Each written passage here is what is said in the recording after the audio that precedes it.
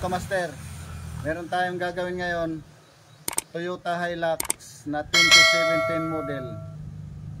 Paano nga ba magpalit ng compressor nito?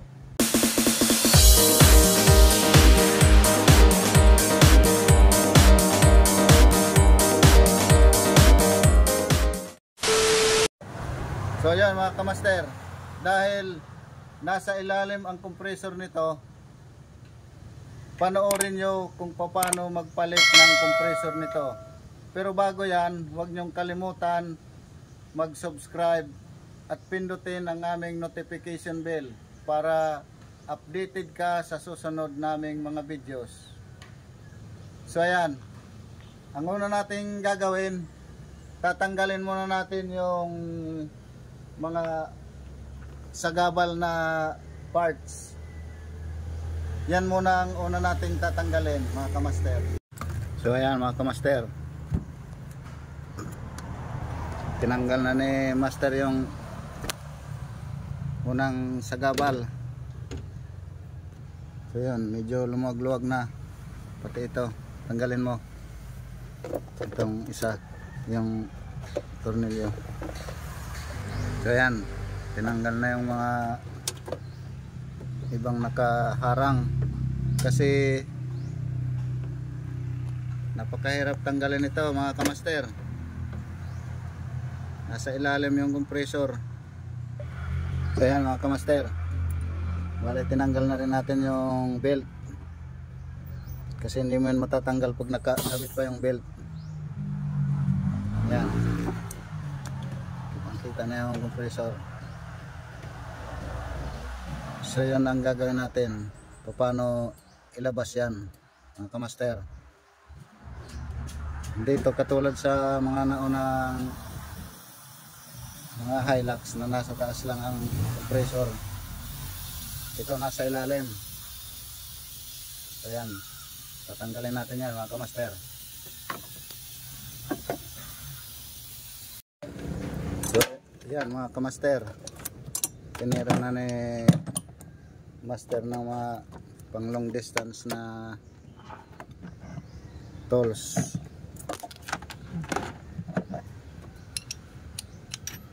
Kasi napaka layo ng compressor nito, nandun sa ilalim. Bakit doon pa ilinagay yan sa ilalim na pwede naman sa taas? Kaya lang hindi tayo engineer.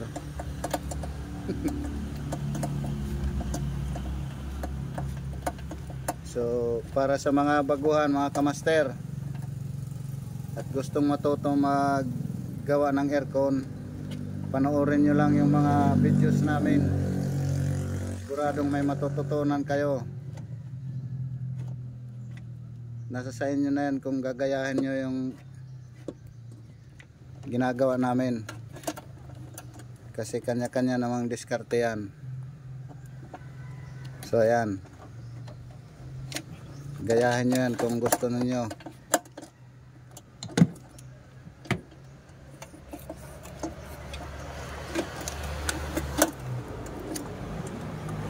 Kasi hindi basta-basta mag baklas kabit ng mga ganyan, baka may masira tayong ibang parts. So ayan mga kamaster, natanggal na yung mga bolt at dinodokot na ni master yung compressor. So ayan, dito natin padaanin.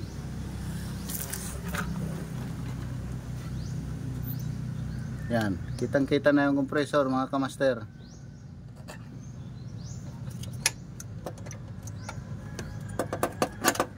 Kaya manood lang kayo sa aming mga videos para may matutunan kayo. Yan,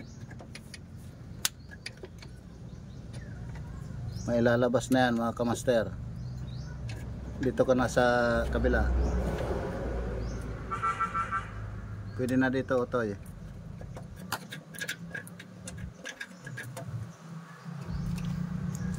Nalabas na yan mga kamaster.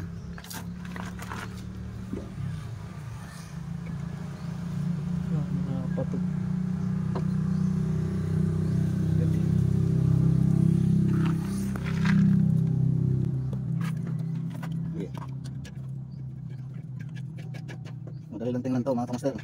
Madali lang panoorin pero mahirap to baklasin. Yan. Yan na. Kita na mga kamaster. Kukuha na yung puso. Yung pirahan. Yan na. Nalabas na yan. Ayan. Yan ang magtanggal mga kamaster. Ayan.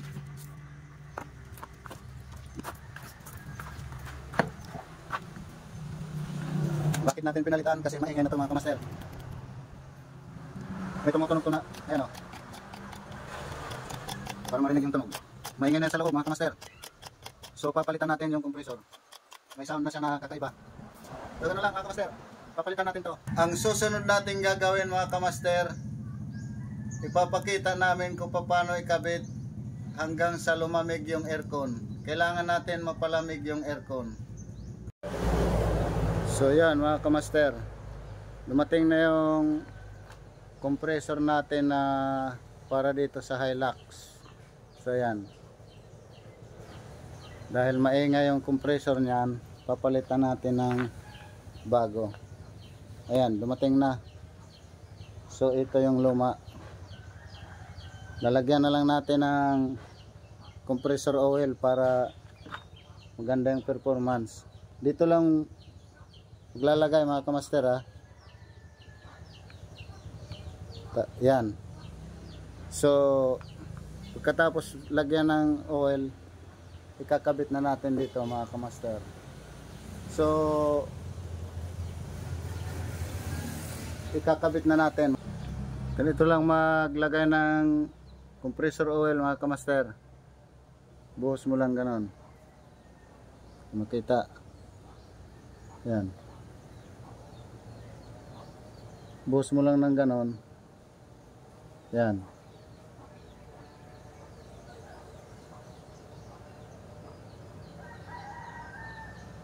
Makita eh. So yan. Hirap nang walang cameraman. So yan. Ganun lang maglagay. So ikakabit na natin yan mga kamaster. So yan mga kamaster, ganun lang maglagay ng compressor. Dito muna padaanin sa may gulong na to. Diyan mo padaanin yung compressor. So ayan, bali na ilagay na yan. Madali lang yan dahil itong tornilyo na to nakasaksak yan doon sa ano, sa may makina. Tapos tutulak mo lang ganun. Yan.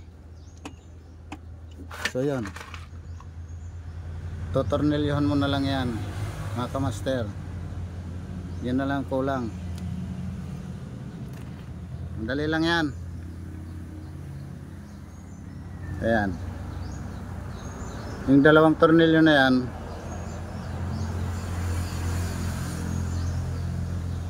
nakakabit na yan sa may makina.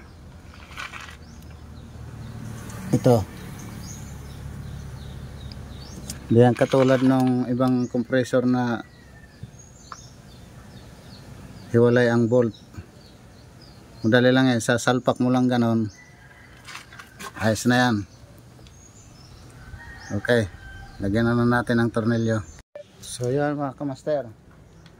Pagkatapos natin maikabit yung compressor, ayan, maikabit na natin. Ayan, pati yung belt maikabit na natin. Dito naman tayo sa condenser. Ayan yung condenser nga.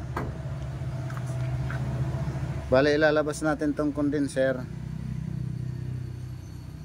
Pag tanggalin nyo muna tong ano, fittings, tsaka dun sa ilalim may fittings yan doon.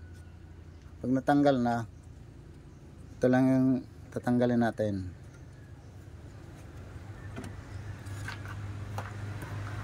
May lock lang yan dito.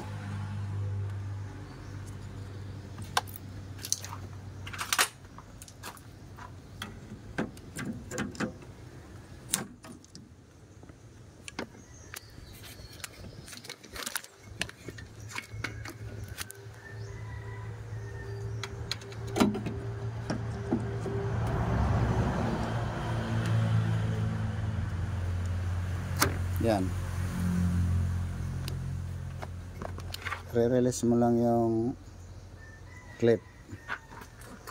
Tapos ito ganito rin.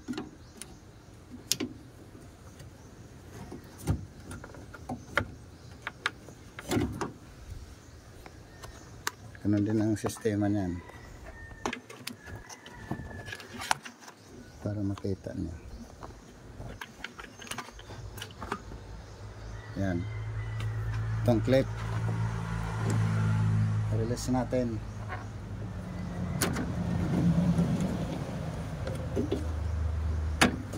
Yan.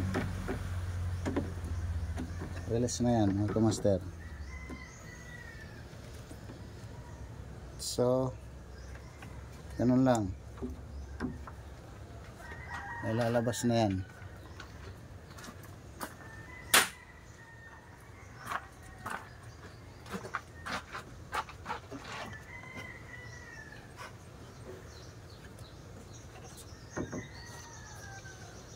Meron pang isa.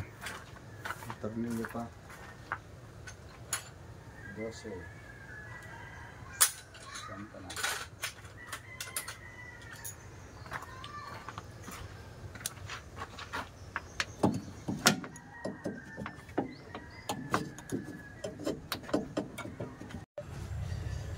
So ayan mga kamaster, tinanggal na rin natin yung condenser nya kasi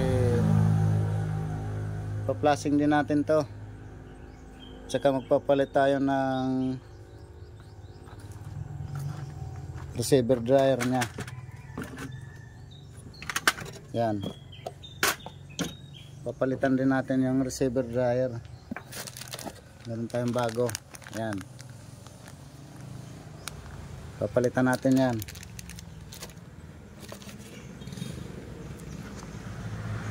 So yan.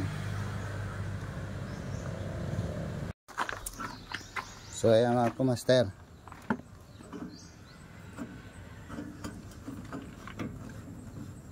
bali ganyan magtanggal nyan. Kailangan may eksakto kayong tools dyan.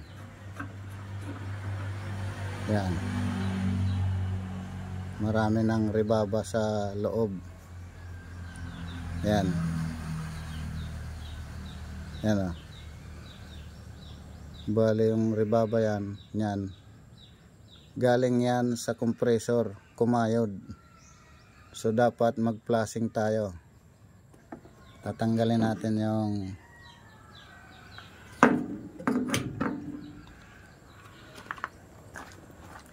receiver dryer.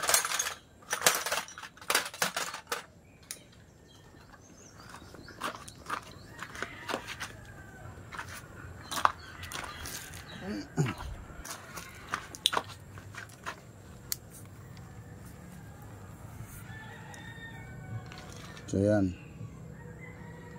parang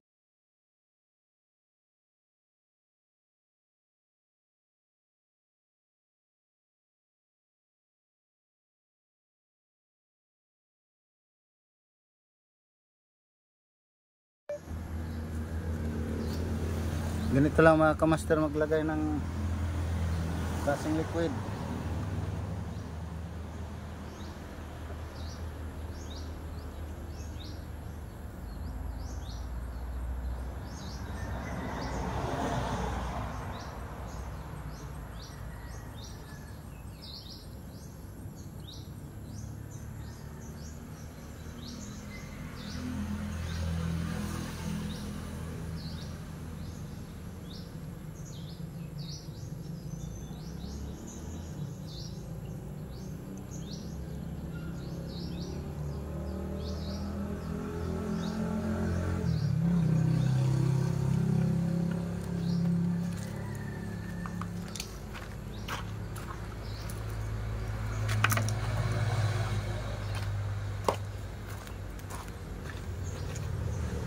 Ito lang yan.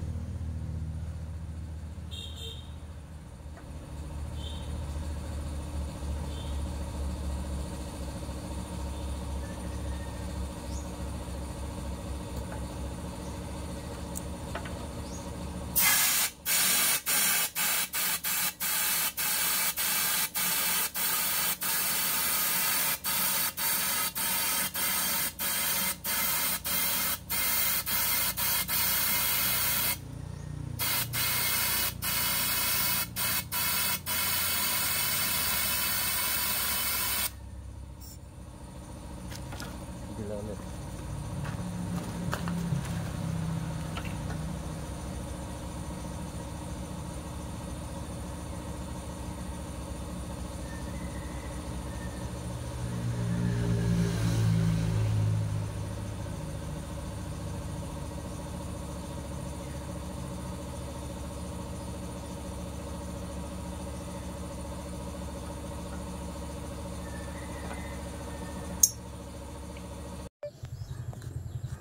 So ayan mga kamaster, bali linagyan na natin ng bagong receiver dryer. Yan, bago na yan. Bali ganyan lang maglagay niyan.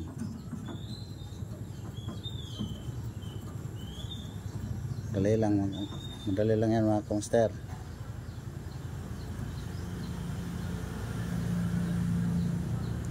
Tapos hihigpitan na lang to. Ganun lang mga kamaster.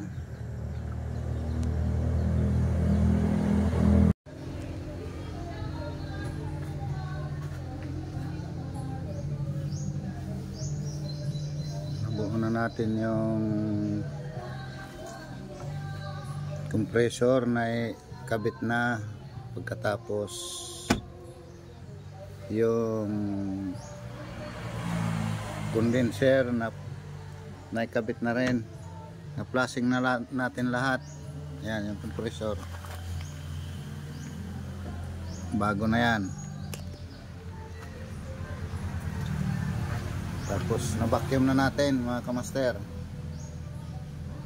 Yan, so susubukan na natin yan mga kamaster. Susubukan na natin i-start yung engine.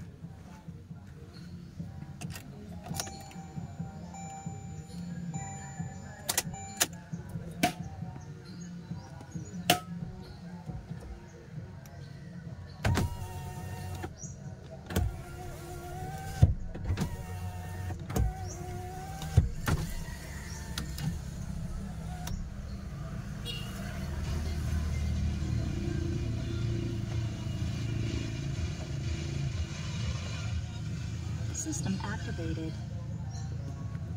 So yan, subukan na natin i-start yung engine.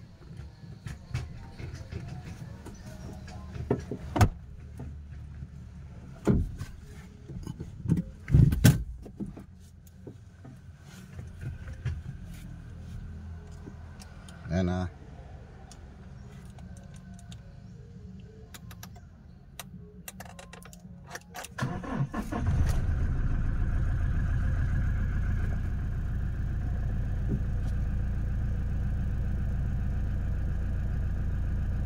So yan mga kamaster, good start. Ngayon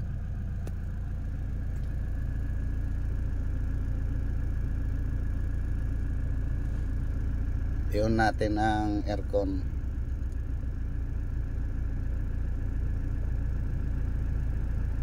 Yan. Pati yung AC. Tapos ito. Yan. Bali, start na tayo. Ka-start na yung engine. So punta na tayo dito sa harap.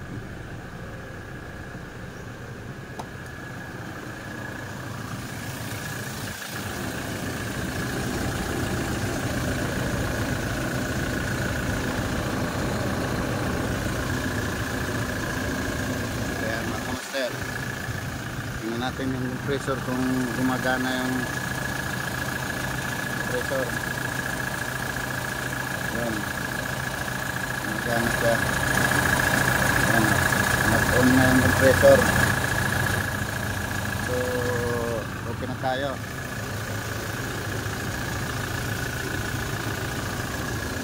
Starting na tayo ng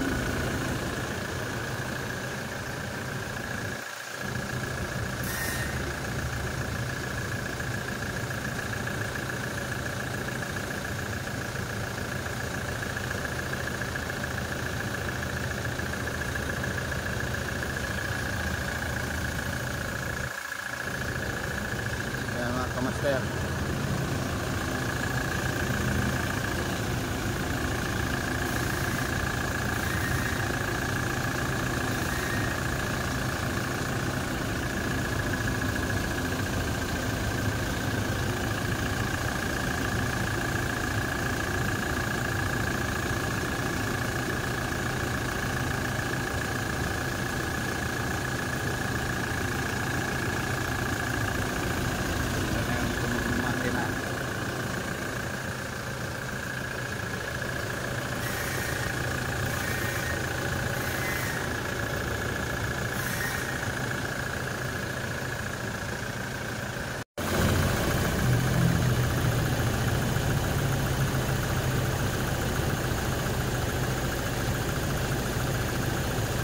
Ayan mga kamaster, nag-automatic na yung compressor nya. Ayan o,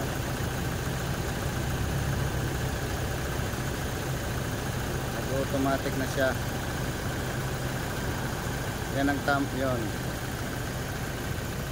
So ibig sabihin malamig na yan sa loob. Tingnan natin ang resulta. Ayan mga kamaster, malamig na yan.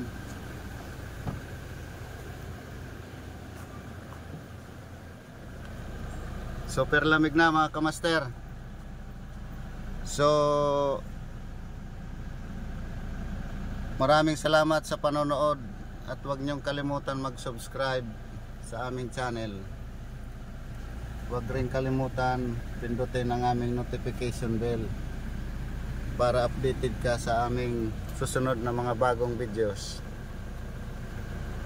Maraming salamat po mga kamaster. God bless.